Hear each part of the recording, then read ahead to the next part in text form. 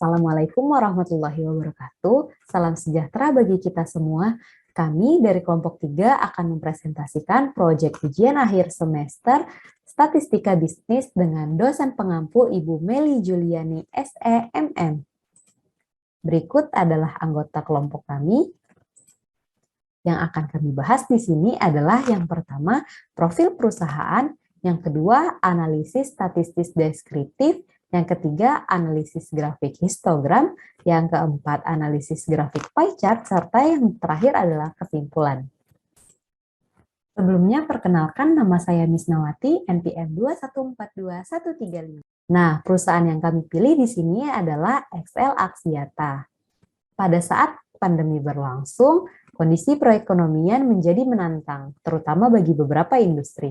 Akan tetapi, untuk industri telekomunikasi, pandemi menjadi tantangan yang berbeda, karena cakupannya itu memiliki banyak permintaan dari konsumen untuk menyediakan lebih banyak data, lebih banyak akses, terutama karena pelaksanaan sebagian besar kegiatan itu dilaksanakan secara online, maka telekomunikasi menjadi kebutuhan pokok pada saat itu. Nah, saya akan menjelaskan tentang informasi perusahaan PT Excel Axiata Tbk, sebelumnya PT Excel Komindo Pratama dan PT Graha Metropolitan Lestari didirikan pada tahun 1989 pada tanggal 5 Oktober dan sekarang beralamat di Setiabudi, Jakarta Selatan, Indonesia. Nah, di sini akan menjelaskan tentang pimpinan perusahaan Excel Tbk. Yang pertama adalah Presiden Komisaris. Presiden Komisaris ini sendiri memiliki tugas untuk melakukan pengawasan atas kerjaan yang dilakukan oleh Dewan Komisaris. Selain itu juga Presiden Komisaris ini bertugas untuk memimpin jalannya rapat seperti rapat Dewan Komisaris, rapat umum komisaris, atau rapat umum pemegang saham. Kemudian Bapak Dr. Muhammad Chatib Basri ini menjabat dari tahun 2016 sampai saat ini. Pertama kali diangkat itu pada saat rapat umum pemegang saham luar biasa pada 16 September 2016, kemudian ditunjuk kembali pada rapat umum pemegang saham tahunan pada tanggal 29 April 2019. Kemudian yang selanjutnya adalah Presiden Direktur, yaitu Ibu Dian Siswarini yang menjabat dari tahun 2015 hingga saat ini. Presiden Direktur ini sendiri bertugas untuk mengkoordinasikan semua kegiatan operasional perusahaan, terutama mengawasi manajemen secara keseluruhan juga kepatuhan terhadap undang-undang yang berlaku. Ibu Dian Siswarini ini juga memiliki banyak prestasi saat memimpin Excel Axiata, yaitu contohnya meraih 2 penghargaan yang sangat prestisius, yaitu Marketer of the Year pada tahun 2021 dan juga Most Popular Leader in Social Media pada tahun 2021. Axiata ini sendiri juga memiliki banyak prestasi seperti Top CSR Award, yaitu kemudian Indonesian PR of the Year, kemudian Indonesian Most Powerful Woman. Nah, kemudian akan menjelaskan tentang saham perusahaan Excel Axiata Tbk. Excel Axiata Tbk ini sahamnya sendiri terbagi menjadi 3, yaitu dipegang oleh Axiata Investment Indonesia, dipegang oleh saham Treasury, dan kemudian oleh publik. Oleh Axiata Investment Indonesia sendiri itu adalah 61,16%, saham Treasury 0,53%, dan publik 38,31%. Kemudian kegiatan usaha pada perusahaan Excel Axiata Tbk itu tentu saja penyelenggara jaringan telekomunikasi. Yang kedua adalah layanan informasi itu seperti penyediaan internet, layanan komunikasi atau data, jasa internet telepon, jasa interkoneksi internet, dan lain sebagainya. Kemudian sebagai kegiatan pemrograman, konsultasi komputer, dan kegiatan lainnya itu seperti pemrosesan data, hosting atau kegiatan lainnya, portal web atau platform digital, kemudian konsultasi yang berhubungan dengan telekomunikasi. Kemudian Excel Axiata ini juga tersebar dalam banyak wilayah di Indonesia. Jika kita bagi dalam 4 wilayah besar, yaitu wilayah Tengah, Jabo, Barat, dan Timur, Excel Axiata itu paling banyak berada di wilayah Jabo, yaitu sebanyak 27 wilayah. Sedangkan wilayah Tengah 26 wilayah, wilayah Timur 20 wilayah, dan wilayah Barat 18 wilayah. Kemudian jumlah karyawannya itu pada tahun 2021 berjumlah 1.575 orang yang memiliki bagian terbanyak itu adalah komersial atau sales, kemudian strategik informasi dan IT. Tentu saja IT karena kita ingat bahwa PT Excel Axiata Tbk ini bergerak di bidang telekomunikasi, tentu saja memerlukan tenaga-tenaga ahli di bidang informasi begitu. Kemudian rentang usianya karyawannya adalah kurang dari 25 tahun hingga di atas 50 tahun. Sekian presentasi dari saya, akan dilanjutkan oleh rekan saya. Terima kasih. Baik, saya ucapkan terima kasih kepada Ms. Nawati yang telah memberikan saya kesempatan untuk menjelaskan mengenai analisis statistik deskriptif laporan keuangan PT XL Axiata 2019 sampai 2021. Di sini kita akan membahas mengenai apa itu MEAN. MEAN ini adalah nilai rata-rata. Minimum adalah nilai terendah dari suatu data. Kalau untuk maksimum adalah nilai tertinggi suatu data. Sedangkan median adalah nilai tengahnya. Selanjutnya kita akan membahas mengenai range, variance, dan standar deviasi. Untuk lebih lanjutnya kita akan masuk pada penjelasan untuk data tahun 2019 sampai 2021 yang membahas mengenai total aset, total liabilitas, total pendapatan, total laba bersih. Untuk lebih lanjut lagi kita akan lebih mengetahui apa itu MEAN. Jadi MEAN adalah rata-rata dari sekelompok angka. Jadi MEAN ini berlaku untuk data interval dan data rasio, tidak berlaku untuk data nominal atau ordinal, dan MEAN dihitung dengan menjumlahkan semua nilai dalam kumpulan data dan membagi jumlah dengan jumlah nilai data. Untuk MEAN dirumuskan yaitu MEAN sama dengan sigma X per N, di mana sigma X ini adalah jumlah semua nilai dalam kumpulan data, sedangkan N adalah jumlah nilai data dalam kumpulan data. Selanjutnya adalah median. Median adalah nilai tengah pada pemusatan data yang membagi suatu data menjadi setengah, data terkecil dan terbesarnya. Median adalah bilangan dari suatu kumpulan dalam ukuran pemusatan data. Jadi, median ini kita bisa melihat untuk step-stepnya. Yang pertama kita harus mengamati untuk data-data yang ada. Step kedua yaitu untuk jumlah suku ganjil, kita cari suku tengah dari barisan tersebut. Suku tengah tersebut adalah mediannya. Untuk step ketiga yaitu untuk bilangan genap. Untuk bilangan genap ini kita cari rata-rata dua suku di tengah. Jadi rata-rata ini adalah mediannya. Untuk rumus median yaitu N tambah 1 dibagi 2, di mana N ini adalah data totalnya. Selanjutnya adalah range. Jadi range ini adalah perbedaan antara nilai terbesar dari kumpulan data dan nilai terkecil dari suatu kumpulan data. Jadi untuk keuntungan dari range ini adalah mudah dihitung, sedangkan kerugiannya adalah range ini terkadang mudah dipengaruhi oleh nilai-nilai yang ekstrim. Jadi range ini adalah highest dikurang lowest, atau nilai tertinggi dikurang nilai terendah. Selanjutnya adalah variance.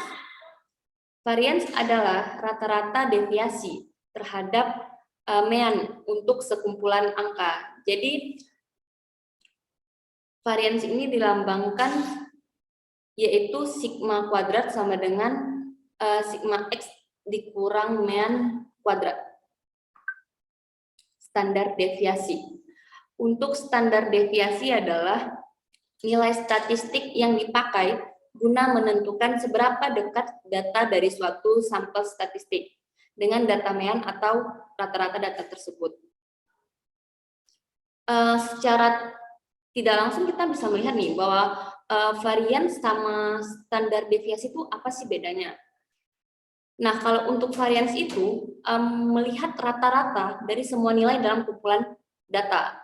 Sedangkan untuk standar deviasi ini melihat penilaian yang tepat dari penyebaran data. Jadi meskipun ada sedikit perbedaan antara kedua konsep ini, varians dan standar deviasi sangat bergantung satu sama lain. Baiklah, terima kasih kepada Trian yang telah menjelaskan bagaimana cara mencari seluruh rumus tersebut. Kemudian saya Yulia Sidaya dengan NPM 2142137 akan menjelaskan tentang analisis statistik deskriptif dari total aset 2019 hingga 2021. Untuk tahun 2019 kita dapati jumlah aset yaitu 62.725.242.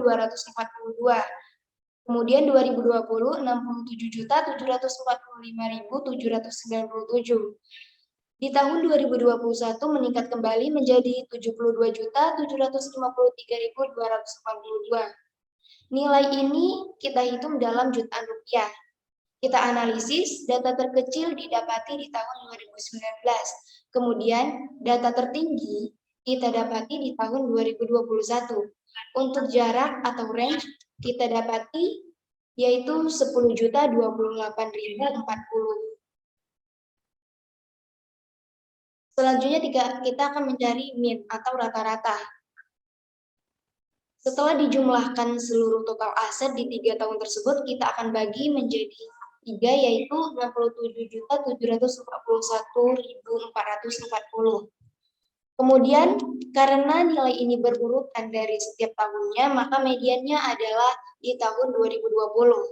Untuk varians kita dapati dengan nilai 16.773.863.872. Untuk standar deviasi kita dapati dari akar varians, yaitu 4.931.345,7691 rupiah.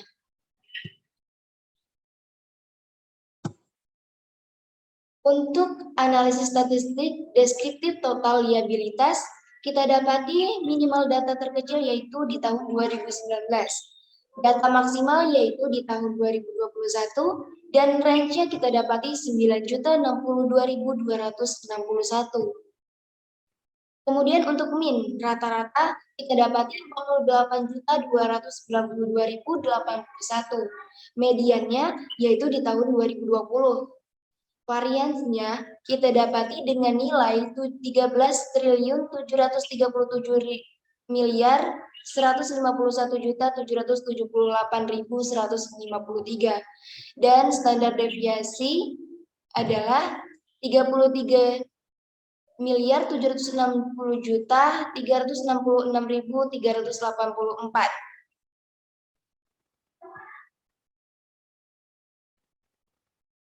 Untuk analisis statistik deskriptif total pendapatan, kita dapati minimal data terkecil yaitu di tahun 2019. Untuk data maksimal yaitu di tahun 2021 juga. Dan untuk range kita dapati dengan nilai 1.621.422.000. Kemudian min-nya yaitu 25.965.257. Mediannya di tahun 2020 yaitu 25.965.257. Untuk varians kita dapati dengan nilai 439.129.072,910. Dan standar deviasinya kita dapati dengan nilai 662.668.146.896. Untuk analisis statistik deskriptif total pendapatan, cukup sekian, kita lanjuti dengan total laba bersih. Minimal data terkecilnya yaitu di tahun 2020 dan maksimal datanya di tahun 2021. Untuk range-nya kita dapati dengan nilai 916.209. Kemudian untuk mediannya yaitu di tahun 2019 karena terjadi penurunan di tahun 2020. Untuk min-nya kita dapati dengan 792.661. Tentunya nilai ini kita analisis dalam jutaan rupiah, yang artinya itu bisa menjadi triliun atau miliaran. Untuk variansinya kita dapati dengan nilai 142.954.914.002 dan dengan standar deviasi akar dari nilai tersebut yaitu 378.093.789.955.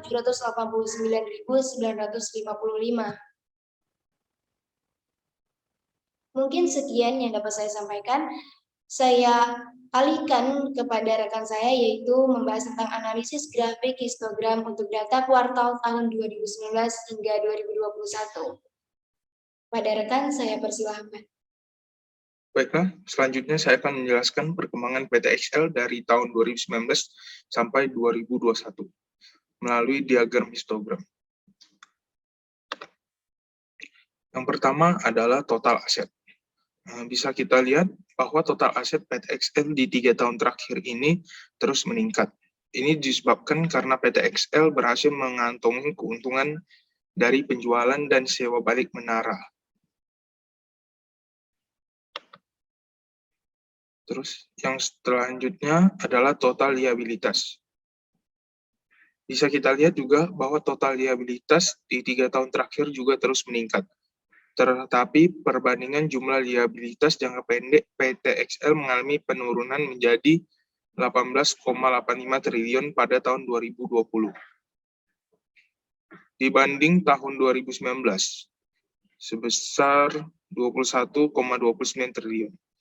Sementara jumlah liabilitas jangka panjang mengalami kenaikan menjadi 29,75 triliun di tahun 2020 dibanding pada tahun 2019 sebesar 22,31 triliun. Sedangkan di tahun 2021 jumlah liabilitas jangka pendek meningkat menjadi 20,95 triliun dari tahun sebelumnya 2020 sebesar 18,85 triliun, tetapi masih juga menurun banding tahun 2019 sebesar 21,29 triliun, dan jumlah liabilitas jangka panjang tahun 2021 juga naik sebesar 31,71 triliun dibanding 2 tahun sebelumnya. Selanjutnya adalah total pendapatan. Sepanjang tahun 2020, PTXL mencatatkan pendapatan sebesar 26 triliun atau naik 3,4% dibandingkan pendapatan di tahun 2019 sebesar 25,13 triliun. Kenaikan pendapatan ini dibantu oleh pendapatan layanan data yang tumbuh 10% secara tahunan menjadi 21,39 triliun, dengan kontribusinya terhadap total pendapatan perusahaan mencapai 92%. Trafik data sepanjang tahun 2020 juga mengalami kenaikan 47% secara tahunan, dari 3.320 petabyte menjadi 4.896 petabyte. Adapun peningkatan trafik yang terjadi karena kenaikan jumlah pelanggan dari kuartal 3 tahun 2020 sebesar 56,88 juta menjadi 57,89 juta di kuartal 4 tahun 2020. Pada tahun 2021, PTXL membukukan pendapatan senilai 26,75 triliun. Pendapatan ini naik tipis 2,86% dari tahun 2020 sebesar 26 triliun. Pendapatan perseorangan tercatat dibantu oleh pendapatan data mencapai 22,69 triliun pada tahun 2021 atau naik 6,11% dari 21,38 triliun secara tahunan atau year on year. Pendapatan non-data perseorangan yang didapatkan dari percakapan, SMS, layanan nilai tambah, dan pendapatan abonemen turun pada tahun 2021. Pendapatan non-data PTXL turun 25,26% dari 3,82 triliun pada tahun 2020 menjadi 2,11 triliun pada tahun 2021. Sementara itu, pendapatan lainnya dibantu oleh jasa telekomunikasi, lainnya senilai 1,07 triliun, jasa interkoneksi sebesar 621,6 miliar, sirkuit langganan sebesar 212,9 miliar, dan sewa menara sebesar 45,9 miliar sepanjang 2021. Perseorangan juga dapat mengurangi beban sebesar 2,262% menjadi 22,76 triliun dari 23,3 triliun secara tahunan. Selanjutnya, total laba bersih. Penurunan laba bersih di tahun 2020 ini disebabkan oleh meningkatnya beban total beban naik 6,95% atau sebesar 23,3 triliun dibandingkan tahun sebelumnya. Pada tahun 2021, operator PT XL membukukan laba bersih sebesar 1,28 triliun dibandingkan tahun 2020 sebesar 371,6 miliar. Menaiknya laba tersebut dibantu oleh naiknya pendapatan dan turunnya beban. Pendapatan pada tahun 2021 tercatat 26,75 triliun atau naik 2,86% dari perolehan tahun 2020 sebesar 26 triliun. Pendapatan paling besar berasal dari data, yaitu sebesar 22,69 triliun, sementara dari non-data sebesar 2,11 triliun. Sementara itu, pos beban berhasil ditekan 2,6% menjadi 22,76 triliun pada tahun 2021 dari 23,3 triliun pada tahun 2020. Sekian dari saya. Oke, sini saya akan membahas analisis picar laporan keuangan PT XL Axiata 2019 hingga 2021. Sini akan lebih detail mengenai pertumbuhan atau perkembangan laporan keuangan, khususnya aset dan liabilitas PT XL Axiata 2019 hingga 2021. Dan untuk perhitungan aset 2019 bisa kita lihat sesama untuk aset lancar dengan hasil 11,39% atau 11%, dan aset tidak lancarnya dengan hasil 88,61% atau 89%. Nah, selisih dari antara keduanya ini sekitar 78%. Di sini bisa kita buktikan bahwa dari keseluruhan aset, hampir 80% itu terdiri dari aset tidak lancar daripada aset lancar itu sendiri. Nah, untuk aset lancarnya ini lebih detail itu tentang banyaknya beban biaya yang harus dibayar seperti transaksi sewa, asuransi, pemeliharaan, dan beban frekuensi tahunan. Dan untuk aset tidak lancarnya ini lebih dominan ke aset tetap setelah dikurangi akumulasi penyusutan seperti tanah, bangunan, peralatan jaringan seperti menara, tower, kabel, dan lain-lain, peralatan kantor, sistem pendukung jaringan, dan sebagainya. Dan ini kita lanjut ke liabilitas 2019. Untuk perhitungannya juga sama, bisa kita lihat. Untuk liabilitas jangka pendeknya itu sekitar 48,83% atau sekitar 89%, dan liabilitas jangka panjangnya itu sekitar 51,17%. Nah, berdasarkan dari diagram pre-chart di sebelah saya, pada tahun 2019 ini selisih antara keduanya ini hanya sekitar 2%. Yang artinya dari keseluruhan total liabilities, hampir setengahnya itu terdiri dari liabilitas jangka pendek dan liabilitas jangka panjang. Dan untuk liabilitas jangka pendeknya ini tuh terdiri dari seperti utang pajak, utang imbalan gaji, terus utang obligasi, dan sebagainya. Dan untuk liabilitas jangka panjang itu terdiri dari pinjaman liabilitas jangka panjang, leasing liability, dan sebagainya. Nah, di sini untuk perbandingan aset untuk tahun 2019 dan 2020, untuk pie-chart 2019 bisa kita lihat, dan untuk persentase untuk aset 2020, untuk aset lancarnya sekitar 11,18% dan aset tidak lancarnya 88,82% atau 89%. Dengan perbandingan total aset 2019 sebesar 62,7 triliun dengan total aset 2020 67,7 triliun. Hal ini kalau kita lihat mengalami kenaikan sekitar 5,1 triliun atau sekitar 8%. Dan kenaikan ini bukan karena dari pendapatan perusahaan, melainkan dari penambahan aset. Kenapa demikian? Seperti yang kita tahu di 2020 terjadi yang namanya wabah COVID-19 yang menyebabkan seluruh masyarakat berdiam diri di rumah dan melakukan aktivitas seperti bekerja, sekolah, dan kegiatan lainnya secara daring atau online. Maka berhubung perusahaan PT XL Axiata merupakan perusahaan yang bergerak di jaringan internet atau perusahaan jasa, maka ini sangat diperlukan untuk menambah aset. Karena beberapa komponen seperti penambahan menara GSM atau tower dan penambahan kabel dan sebagainya, sehingga pada tahun ini perusahaan mengalami kenaikan aset, khususnya di aset tidak lancar.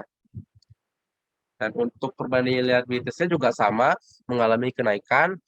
Untuk lihat di persentase di 2020-nya, kalau kita bandingkan dengan total liabilitas sebesar 43,6 triliun dengan total likuiditas 2020 sekitar 48,6 triliun, mengalami juga kenaikan sekitar 5 triliunan atau 8% juga.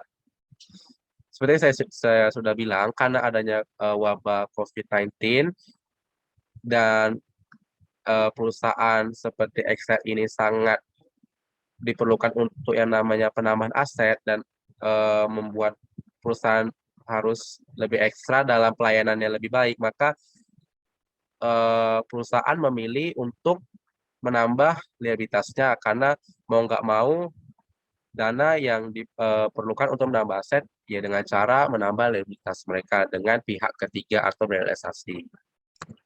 Dan untuk perbandingan aset di tahun 2020 dan 2021 bisa kita lihat perbandingannya untuk total aset 2020 dan 2021 juga mulai mengalami peningkatan sekitar 5 triliunan juga, dan kenaikan ini juga diakibatkan bukan karena penambahan aset, karena bisa dari penambahan pendapatan. Kenapa? Karena bisa dilihat dari aset lancarnya yang makin bertambah. Walaupun bertambah, kenaikannya hanya sekitar 0,15%, naik sedikit. Dan karena juga di 2021 juga semakin mulai mereda walaupun sepenuhnya belum membaik, tapi ini merupakan hal yang baik bagi perusahaan. Dan untuk perbandingan atas di 2020-2021, kalau kita lihat total liabilitasnya di 2020 dan di 2021 juga mengalami kenaikan. Walaupun di aset 2021 mengalami kenaikan karena pendapatan bertambah, tetapi kenaikan tersebut belum cukup untuk yang namanya